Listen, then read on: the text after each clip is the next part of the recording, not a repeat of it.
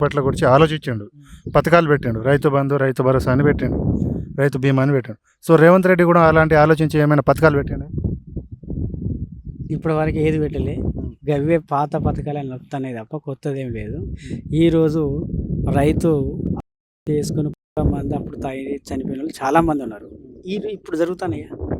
అదిగో దురదృష్టం చాలుతూ పొలాల కాడికి కాడ పురుగుట్టు ఏదైనా అవి చనిపోతే ఈరోజు 5 లక్షలు బీమా వస్తుంది. ఆ కుటుంబం చనిపోయిండు కానీ నాకు ఉంటే భరోసా ఉండు అనేది కేసీఆర్ పుణ్యం అని నా పెద్ద దిక్కు తరఫున నాకు ఇంత సాయం అయిందని 5 లక్షల రూపాయలు బీమా వచ్చిందని మనిషి చనిపోయినా లోటు లేకుండా చేసిన వ్యక్తి కేసీఆర్.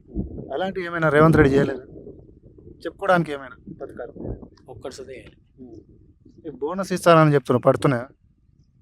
బోనస్ పోయినసారి వేసంగి ఇయ్యలే. పోయినసారి వానకాలం తక్కువ వడ్లు పడినాయి కాబట్టి కొన్ని ఇచ్చిండు. అప్పుడు సుద్ధి ఇవ్వకపో కానీ ఎలక్షన్ టైం ఉంది కాబట్టి ఇచ్చిండు. మున్సిపాలిటీ అది ఇది ఎలక్షన్స్ ఉన్నాయి కదా, అందుకే ఇచ్చిండు తప్ప ఇప్పటి వరకు బోనస్ లేదు, ఏది లేదు ఏది. సో మన పెద్దపల్లి నియోజకవర్గంలో నెక్స్ట్ టైం ఎమ్మెల్యే ఎవరు గెలుస్తారు? మళ్ళీ బీఆర్ఎస్ పార్టీ వస్తుంది, మళ్ళీ కేసీఆర్ సీఎం అవుతుంది. ఇది ఎమ్మెల్యే విషయంలో అడుగుతాను. ఎమ్మెల్యే విషయంలో అసలు దాసరి మనోహర్ రెడ్డికును మిగతా వాళ్ళకు చాలా తేడా. ఆయన ఆఫీస్కి వెళ్ళామనుకో, ఫస్ట్ ఆ పెద్ద మనిషి వాళ్ళని కవర్ పట్టుకొని ఉంటే అందరిని పక్క పెట్టి ఆ పెద్ద మనిషిని రమ్మంటాడు. రమ్మని నీ సమస్య ఏంది అదే గీదనగానే అక్కడ ఉన్న పిఏ కానీ అలా పిలిచి ఇది చేయమని చెప్పేసి సంతకం పెట్టి పంపిస్తాడు. ఒకవేళ లేట్ అయిందనుకో అన్నం తినిపోము అని అన్నం పెట్టించి ఛాయ్ పోసి పంపిస్తాడు. ఇప్పుడు ఎమ్మెల్యేని భుజం మీద చేసి బాగున్నావా అనే చేతనా అని అంటాడు. అది ఎక్కడ పోతుంది అనే పరిస్థితి ఇది. ఆయనకు నేనకు చూసుకుంటే ఎంత ఆయన వేల కుటుంబాలు ఆయన ద్వారా బతుకుతున్నాయి జీవనాధారంతో. ఎందుకంటే ఆయన దగ్గర 1000 మంది ఎంప్లాయీస్గా బతుకుతారు. ఈయన దగ్గర ఎంతమంది బతుకుతారు? తిప్పి కూడా 10 మందితో ఉంటారో ఉండరు. కానీ ఆయన దగ్గర 1000 కుటుంబాలు బతుకుతున్నాయి. అంటే 1,00,000 జనాభా దాకా బతుకుతుంది. దాదాపు ఒక 1000-1500 కుటుంబాలు బతుకుతాయి. అంటే వాళ్ళకు ఎంతమంది కుటుంబాలు ఫ్యామిలీలు ఉంటే ఎంతమంది మంచిగా బతుకుతారు. ఆయనకును ఈయనకు బాగా డిఫరెన్స్. ఖచ్చితంగా దాసరి మనోహర్ రెడ్డి గెలుస్తాడు. ఎందుకంటే ఆ పెద్ద మనిషి అనుభవం ఉన్న వ్యక్తి. ఒకళ్ళను చెడు అస్సలు కోరుకోడు. మంచి ఆలోచించి మనం అది చేయాలి కానీ సాధన అయితే సాయం చేయాలి, లేకపోతే సపరేట్గా ఉండాలి కానీ ఒకరికి హాని చేయదనే మనస్తత్వం ఉన్న వ్యక్తి. ఏదో మాటల ద్వారా పబ్బం గడుపుతాడు కాదు, ఖచ్చితంగా పని చేసి చూస్తాడు. ఆయనే ఇంటికి పళ్ళ చెట్టు ఉండాలని సొంత డబ్బులతోని ఆ రోజు ప్రతి ఇంటికి మొక్కను అందించిన వ్యక్తి. ఈరోజు ఆ పళ్ళను ప్రజలు తింటారు. అది అంత గొప్ప వ్యక్తి. కాకపోతే ప్రజలు ఏం ఆలోచిస్తారంటే చేసిర్రు అయిపోయింది అని మళ్ళా ఓటు వచ్చినప్పుడు మళ్ళీ ఆలోచించి తీర్పిస్తారు. ఒక్క క్వశ్చన్ అన్న, ఇప్పుడు కాంగ్రెస్ మంత్రులు ఉన్నారు చూసిన, కాంగ్రెస్ మంత్రులు మేము వడ్లు కొంటున్నాం, ఒక్క గింజ లేకుండా కొంటున్నాం, బీఆర్ఎస్ నాయకులు తప్పుడు ప్రచారం చేసి రైతులను ధర్నా చేసేటట్టు చేస్తున్నారు. అది నిజమా అబద్ధమా? ఇప్పుడు రైతుకు పని చేసుకుందామంటేనే తీరది. పార్టీ లీడర్లు చెప్పినాక వాళ్ళు చెప్పంగానే రావడానికి వాళ్ళు ఏమన్నా రైతులా లేకపోతే అది కిరాయి మనుషులా?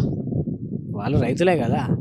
రైతు అనేది అప్పుల పాలై లాస్ అయినా రాజుగా ఉంటేగానే దిగజారి వాళ్ళు చెప్పిన పని చేయడు. ఎందుకంటే రైతే రాజు అన్నదానికి నిదర్శనం. ఆయన అప్పులైనా మంచిదే కానీ ఒక రాజుగానే ఉంటాడు. అంటే ఈ కాంగ్రెస్ ప్రభుత్వం రైతే రాజు అని రైతులు రాజులు అవుతున్నారా, లేకుంటే రైతు పిచ్చగానే ఉంటున్నారా? రైతు రాజు అవుతానంటే రైతుకి ఏం చేసినామని రైతు రాజు అవుతాడు?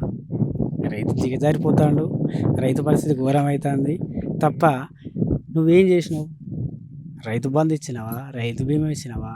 రైతు ఇప్పుడు ఇవన్నీ బందోబస్తాలు కానీ ఇప్పుడు ఈ రైతు బంధు అంటే ఇప్పుడు రేవంత్ రెడ్డి ఏమంటున్నాడు, కేసీఆర్ అప్పు చేసిపోయాడు, నా దగ్గర పైసలు లేవు అని చెప్తున్నాడు. ఒక్క ముఖ్యమంత్రి ఉండి అట్లా చెప్పొచ్చా? ఇప్పుడు కేసీఆర్ అప్పు చేసిండు. మన ఇంట్లో 20 గుంటల భూమి కొనడో లేకపోతే అమ్మాయి పెళ్లి చేసుడో ఏదో ఒకటి చేస్తే ఎన్నో అప్పు అవుతుంది. మళ్ళీ అది తీర్పుకొని కట్టుకుంటున్నావా? అప్పు అయిందని సపడకుంటున్నావా? తీర్పుకొని కట్టుకున్నా మరి ఏం పని చేయక నువ్వు ఇన్ని లక్షల కోట్ల అప్పు ఎట్లా చేసినావు? అభివృద్ధి చేస్తున్నా అరే అభివృద్ధి అయితే కనబడదు అందరికీ. కాదన్న ఇప్పుడు 10 సంవత్సరాల నుంచి కేసీఆర్ అభివృద్ధి చేసిండా తెలంగాణను? అసలు తెలంగాణ రూపురేఖలు మార్చిందంటేనే కేసీఆర్. కేసీఆర్ ఏమంటే తెలంగాణ వచ్చింది, తెలంగాణను సుధా ఈ రూపురేఖలన్నీ చేంజ్ చేసి ఒక పచ్చటి వాతావరణం తీసుకొచ్చింది కేసీఆర్. కేసీఆర్ లేకపోతే తెలంగాణ ఎక్కడిది, కేసీఆర్ లేకపోతే ఈ నీళ్ళు ఎక్కడిది, కేసీఆర్ లేకపోతే ఈ కరెంట్ ఎక్కడిది, కేసీఆర్ లేకపోతే కలెక్టరేట్లు ఇవన్నీ ఒక సామాన్య ప్రజలకు ఒక కాడికి పోతే అన్ని ఆఫీసులు ఒకటే కాడ తిరగాలని కలెక్టర్ ప్రతి జిల్లాకు కలెక్టర్లు కట్టిరు. ప్రతి సమస్యను రైతు వేదిక కట్టిండు. ఎన్నో పథకాలతోని ఎన్నో ప్రజలకు అందుబాటులో చేసిండు. 10 సంవత్సరాలు ఇంత అభివృద్ధి చేసిండుగా, మరి ఎందుకు ఓడగట్టిండు మరి కేసీఆర్? జనాలు 10 సంవత్సరాలు అన్నారు కదా, చెప్పుడు మాటలు బాగా నమ్ముతారు.